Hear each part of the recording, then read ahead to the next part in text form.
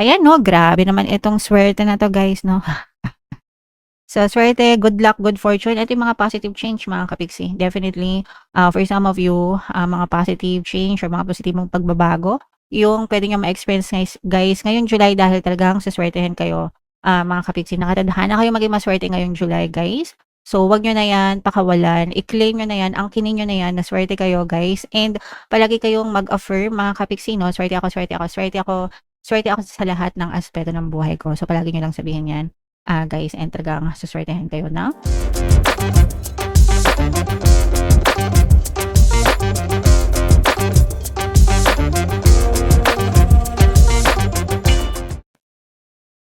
Hello guys, hello Taurus, welcome back to Pinoy Pixie Tarot. Ang pamagat ng episode natin for tonight is monthly check-in guys para ngayong July para sa Taurus, Sun, Moon, Rising sign and Venus.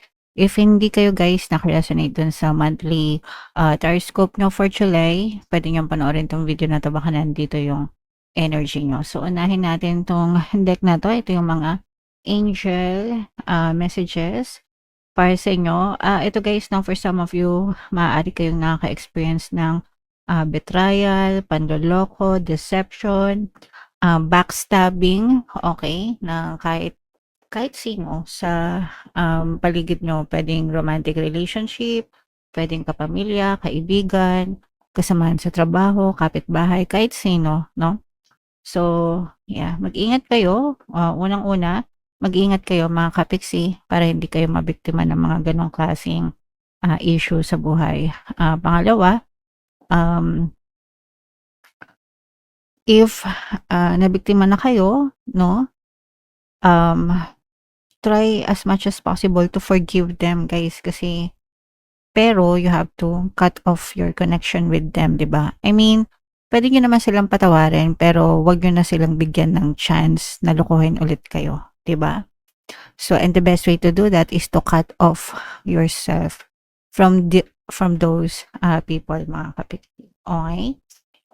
If nabiktima kayo guys ng mga betrayal and nahihirapan kayo magpatawad, pwede niyo pakinggan guys yung ating Ho'oponopono, subliminal dito sa ating channel para sa inyong healing mga kapiksin.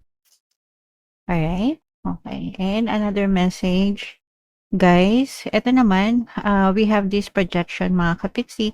Ibig sabihin nito guys, wag tayong magturo-turuan, wag tayong, kumbaga alamin muna natin yung totoo, no? Yung totoong nangyayari sa paligid, sa sitwasyon, bago tayo magsisihan, bago tayo magsisi, bago tayo mag-point fingers sa ibang tao mga kapiksi. And in fact, wag nang magsisihan, no? Kasi wala namang mangyayari kapag nagsisihan pa, guys. Kailangan mag-take na lang ng accountability, mga kapiksi, kung sino man yung responsible sa isang sitwasyon na yun, guys. Okay? Alright. And another message para sa inyo, Taurus. Ito naman, ibig sabihin nito, guys, parang there's something na unknown. Ibig sabihin, hindi malinaw sa inyo, but that's what makes it exciting. Okay? Ibig sabihin, you do not know what lies ahead of you. Hindi mo alam kung ano yung nasa harap mo, hindi mo alam kung ano yung tatahakin mo, or hindi mo alam kung ano yung future na meron ka, but nandun yung excitement, nandun sa process of discovery, nandun sa process of exploration, no? So, yeah, and hindi nyo naman malalaman guys yung resulta ng mga bagay-bagay kung hindi nyo susubukan, di ba? So, if you want to take risks and you want to explore, guys, okay lang yan. Mag-explore kayo para malaman nyo kung para sa inyo yung mga bagay na yan or kung hindi sa inyo. Okay? Alright, so comment down below if naka-resonate kayo dyan. Ito naman yung sa love message, guys. Ito yung mensahe ng person, no? Kung ano lang yung maka-resonate, take that message kasi iba-iba kayo ng mensahe. So, I couldn't let you get close to me. Hindi ka niya mapalapit sa kanya, no? Parang hindi niya hinahayaan na mapalapit ka sa kanya, magka-developan kayo or magkaroon kayo ng committed na relationship for some reason. It's pwedeng dahil sa'yo or pwedeng dahil din sa kanya. Ibig sabihin, baka meron ka na ugali, katangian, traits na ayaw niya or siya yung may problema. Baka meron siyang tinatago or meron siyang characteristics or traits na ayaw niya na malaman mo. Kaya hindi niya hinahayaan na maging close kayo or maging committed siya sa'yo kasi baka may tinatago siya or something. Okay? It's either may tinatago or nahihiya. Depende kung ano yung reason niya. Taurus. Ayan, finding out the truth. Crush me. Meron siyang nalaman na katotohanan or something. Pwedeng hindi totoo. Pwedeng may nalaman lang siya na info, no? Na medyo nagbigay sa kanya ng palaisipan and nasaktan siya doon. Guys, okay? And I wish I could share my good news with you. So, ito naman, gusto niya naman na parang ibabahagi sa'yo yung mga good things na nangyayari sa kanya. So, a part of them wants you to be a part of them. Nagets niyo ba? Ibig sabihin, may bahagi nila na gusto nila na bahagi kayo ng buhay nila or experience nila. Alright? Okay, so comment down below kung saang message dyan kayo naka-resonate mga kapiksi. So, shuffle natin to guys. Hanapin natin yung energy ng Taurus habang sinashuffle ko to guys. Panoorin nyo muna yung video natin regarding sa ating paano mag-manifest ng abundance video course.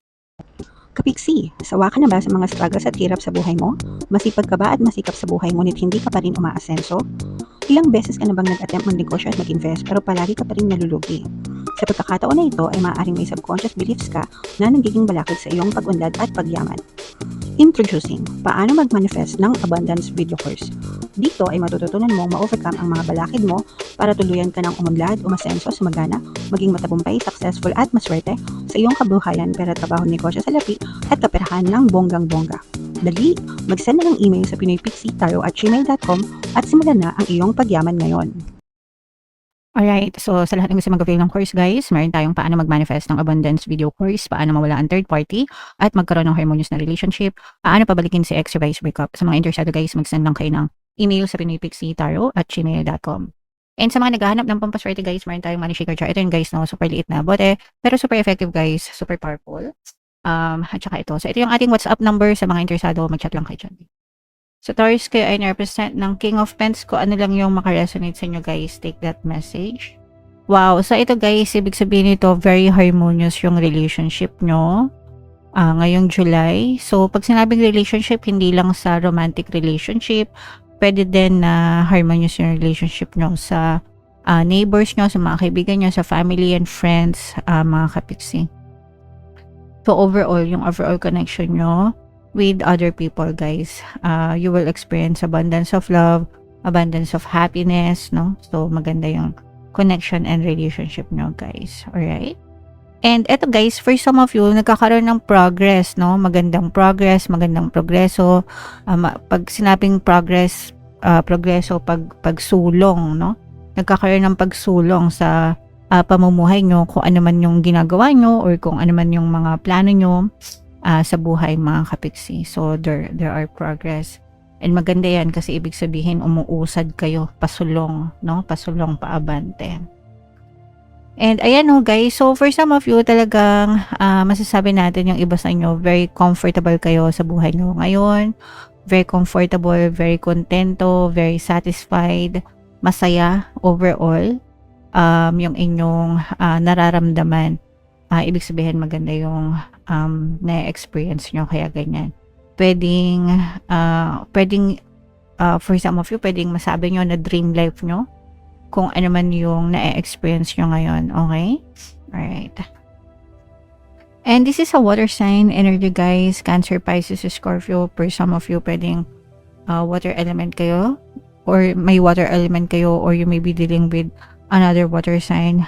Ibig sabihin nito guys, you are full of happiness. Punong-puno kayo sa emosyon nyo, no? Ibig sabihin, pagdating sa emosyon nyo, again, no, maganda yung nararamdaman nyo, full of happiness nga, kasi maganda yung na-experience nyo, no? Hindi naman kayo magiging masaya kung hindi maganda yung experience nyo, di ba? So, yeah.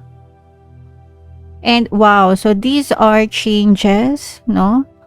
Yung pagbabago guys, it will always depend on you. Kung positive ka, syempre positive yung pagbabago sa'yo. Kung nega ka sa buhay, negative din yung mangyayari sa'yo or pagbabago na may experience mo. But with this set of energies, very positive yung nakikita natin. So, most likely positive din yung pwedeng ma-experience nyo na pagbabago or change sa buhay nyo. But again guys, no, I have to remind you, kailangan nyong alalahanin na palagi kayo maging positibo para positive changes talaga yung ma-experience nyo. Okay? Alright. So, what else? Wow, eto guys, yung sinasabi ko sa inyo, no, na exploration, guys, no? Hindi nyo alam you don't know what lies ahead of you. Hindi nyo pa alam kung ano yung magiging resulta. Hindi nyo pa alam kung ano yung, hindi nyo nakikita yung landas na tinatahak nyo, pero nandun yung excitement, guys, no? Kasi hindi nyo alam kung ano yung mangyayari. Nandun yung excitement. So, dapat i-anticipate nyo na maging maganda yung mga resulta sa buhay nyo, maging maganda yung tadhana nyo, maging maganda yung destiny nyo, mga kapiksi. There's a lot of possibilities na pwede mangyari sa buhay nyo. So, you have to explore. Again, kagaya nga ng sinabi ko sa inyo kanina, hindi nyo malalaman yung resulta kung hindi nyo susubukan ang mga bagay-bagay, okay? Pero pag sumubok kayo, syempre dapat yung mindset nyo, everything is always working out for me. Diba? Magiging maganda yung tadhana ko, yung pamumuhay ko. Dapat ganun yung mindset nyo, guys, para maganda talaga yung ma-experience nyo. Okay? Alright. And never mind the past. Mga kapiksi, it's time to move on. Yan ang mensahe sa inyo. Kasi for some of you, pwedeng hindi nyo nakikita kung ano yung magagandang opportunities na nakabalandra sa harap nyo kasi masyado kayong nag-iimaw, nagmumukmok sa mga nakaraang circumstances nyo. So, it's time to move on. It's time to move forward. Taurus. Ayan, no? Grabe naman itong swerte na to, guys, no? So, swerte, good luck, good fortune. Ito yung mga positive change, mga kapiksi. Definitely, for some of you, mga positive change or mga positive mong pagbabago, yung pwede nyo ma-experience guys, ngayong July dahil talagang saswertehin kayo, mga kapiksi. Nakatadhana kayo maging maswerte ngayong July, guys. So, wag nyo na yan pakawalan. I-claim nyo na yan. Angkinin nyo na yan na swerte kayo, guys. And palagi kayong mag-affirm, mga kapiksi, no? Swerte ako, swerte ako, swerte ako. Swerte ako sa lahat ng aspeto ng buhay ko. So, palagi nyo lang sabihin yan, guys. And talagang suswertehin kayo na bonggang-bongga. So, i-mind nyo na yan, guys. Mind swerte, mind good luck, mind good fortune, mind positive changes. And always, mga kapiksi, this is a reminder na kailangan magkaroon kayo ng work-life balance, guys. Wag lang yung puro work. Baka mag-suffer naman ang inyong kalusugan, okay? So, dapat balance lang yung ating personal na buhay at saka yung ating work-life, mga kapiksi. Enjoyin lang natin. It's okay na magtrabaho, but you also have to remind yourself na mag-enjoy din, guys, okay? Right, so yeah, comment down below, Taurus, if feeling nyo nakaresonate kayo yung mga magaganda, guys, i-mind nyo na sa comment section. And bubunot lang tayo, guys, ng isa pang additional na mensahe para sa inyo. It's not as if you need anyone. Ibig sabihin ito, guys, yes, no man is an island. Kailangan natin ng ibang tao sa paligid natin, no? We have to have a good relationship with other people kasi 'di ba, sa panahon ng pangangailangan, tayo yung magtutulungan. But you can also work on yourself, no? On your own 2 feet, kayang-kaya mong tumayo sa sarili mong mga paa. This is a reminder na pwede ka rin maging independent, okay? Na kung wala ka mang maaasahan na ibang tao sa paligid mo, wag ka masyadong malungkot kasi you have yourself. Pwede mong maasahan yung sarili mo. Ikaw ang best friend mo. Okay? Alright. So, sana naintindihan nyo, guys.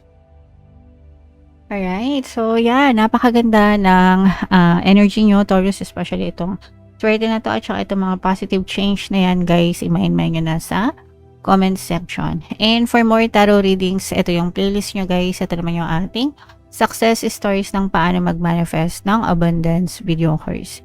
Panoorin nyo itong video natin guys about money shaker jars. Thank you for liking, sharing, and subscribing. See you next time guys. I love you all. Have a nice day. Bye-bye.